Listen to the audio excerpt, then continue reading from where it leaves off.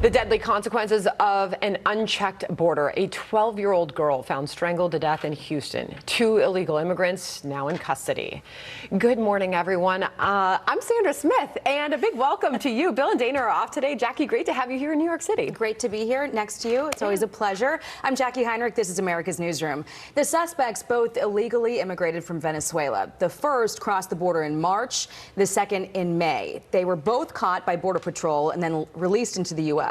The victim is 12-year-old Jocelyn Nungary. She was last seen on Sunday talking to the men at a convenience store. On Monday, she was found strangled to death in a creek. It is just the latest in a string of violent crimes linked to illegal immigrants. Police say they're overwhelmed.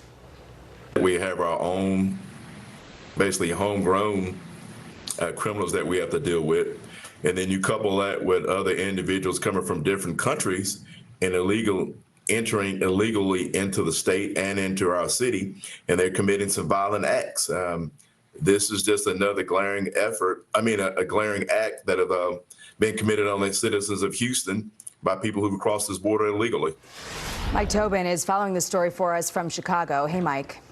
And Jackie, these 2 Venezuelans crossed into El Paso illegally, were apprehended by Border Patrol and released. Now a 12-year-old Texas girl is dead. Houston police have arrested the man for her brutal death. The last time Jocelyn Nungary's mom saw her, she was going to bed last Sunday night, but Jocelyn snuck out of her room. It's not clear how she made contact with the suspects, but they were captured by surveillance cameras right up to the last moments of Jocelyn's life. They walked to a bridge where police say the 12-year-old was murdered, dumped in a bayou. Her body later found in a creek. The medical examiner says the cause of death was strangulation, and the suspects were picked up by police early Thursday.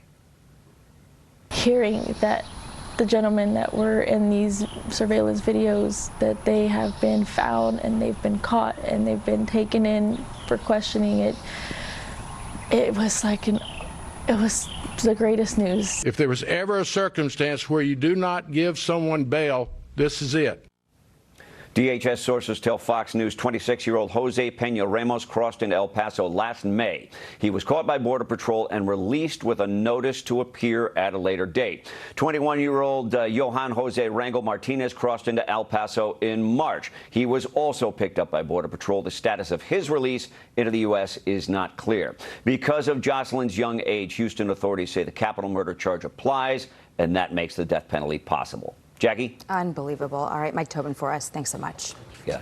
All right, former acting ICE Director Tom Homan reacting to all of this. He says the White House has emboldened people to come here illegally. They got nothing to fear. This administration sent a message across the world. You can cross the border illegally, which is a crime. You'll be released in 24 hours. We're going to give you a free hotel room, and we're going to give you 3 squares a day, 3 meals a day. Stop, catch, and release, and these little girls will be alive today. Let's bring in Congressman Wesley Hunt, Republican of Texas. Jocelyn Nungary was found strangled to death just a few miles outside of his district. What do you want people to know about this story this morning? First of all, I'm the father of 2 young girls. This is devastating to me, and my heart goes out to the families that lost this young girl. And these animals that did this deserve to rot in hell. And right now, there's blood on Joe Biden's hands because via executive fiat, he destroyed our southern border. During President Trump, we had the safest southern border that we have seen in modern history. We had strength at our border. It was not run by the cartels. We didn't have these animals entering our country. And President Trump said this 9 years ago, that they are not going to sit in their best and brightest here if we have an open border, and now American children are dying. This is absolutely absurd. This is absolutely un-American. 11 million people entering our country illegally. Enough fentanyl to kill every American 6 times has entered our country, and now our children are dying, and it is the federal government's job to keep our children safe, and we are failing them. Via executive fiat, Joe Biden destroyed our border, and now you cannot blame us because Congress passed H.R. 2 over a year ago, and if we would have passed this, and if Chuck Schumer would have taken it up in the Senate, none of this would have happened. Congressman, you know, in a lot of these cases of recent migrant crimes, all of these suspects involve people who were caught, apprehended, and then released into the U.S. In the Texas murder, released into the U.S. In the New York City rape case of a little girl, released into the U.S. The suspect in the Maryland murder, that mother of 5, got into the country 4 times. It really chafes against the narrative that we're hearing from the administration that everyone who comes into the country is vetted. Of course they're not. And it's actually amazing to me how they won't mention these victims' names. It's actually amazing to me how the left is carrying their water while children are dying, while mothers are dying, while Americans are dying and being killed by people that have no business being in this country. I'm a combat veteran. I fought for people like this to not enter this country after 9/11, and we have a wide open border, and now everyone is suffering. And I find it very interesting to see these blue states and these blue governors now realizing that every single state is now a border state.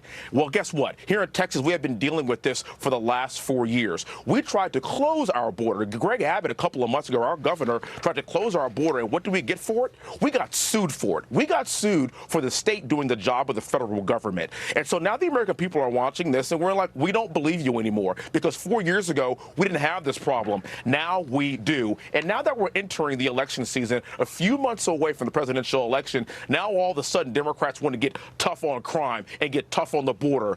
No one believes you. We want the policies of President Trump that we had 4 years ago, and we have got to implement this as soon as possible. November is coming. It's very important. This is a matter of national security and a matter of national safety.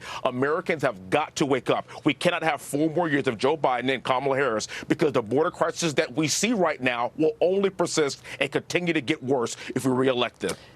We hear the urgency in your voice, Congressman. What voters feel concerned about is not hearing the urgency from the White House on this issue. Rachel Morin's murder suspect, to Jackie's point, we can put it up on the screen. The number of times arrested and expelled tallied up to February 2023, when he unlawfully entered near El Paso as a getaway, and we know what happened after that. We also have pictures of the suspect extradited up on your screen now. When you look at ICE's non-detained docket and the numbers swelling going back to 2021, Congressman, looking at the numbers now, as I tally it up, doubling so far for 2024 year to date.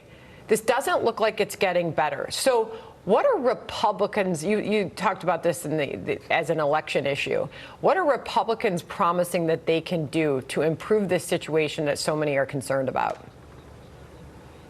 Well, it is clear that our borders are. Kamala Harris, who hasn't even been at the border, has no idea what the root causes are of this immigration crisis, aren't going to do anything about it. That's why I keep referring to November, and we have to have an immediate change. We have to find these animals. We must round them up. We must send them back to where they came from. End of discussion. If we don't do this after November, then Americans are going to continue to die. But we cannot expect Joe Biden and Kamala Harris, this administration, and Alejandro Mayorkas to do anything about this. They have already sworn allegiance to the destruction of this country, because young people are continuing to die, and they can't even mention the victims' names. They aren't going to do anything about it. Why would they do anything in the last 5 months, when the last 3.5 years they've literally destroyed our southern border, and now we are rotting from within? And I said this before, I am a combat veteran. I fought to keep ISIS out of our country. I fought for people to not come into this country illegally and destroy my fellow Americans. This is not about being racist. This is not about being xenophobic. This is not about hating people that want to come to this country to find a better way of life. That's not what I'm talking about.